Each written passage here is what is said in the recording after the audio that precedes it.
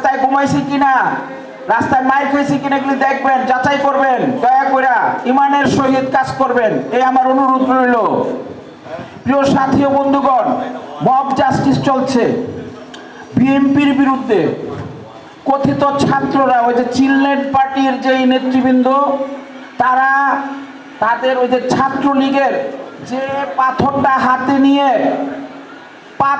হাতে নিয়ে অমানবিকভাবে যুবদলের কর্মীকে যে নির্দয়ভাবে মেরেছে, সে হচ্ছে মহিউদ্দিন মাহি।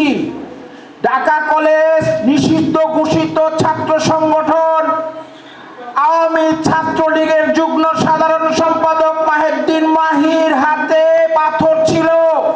সেই পাথর দিয়ে নৃশংসভাবে যুবদলের নেতাকে মেরেছে।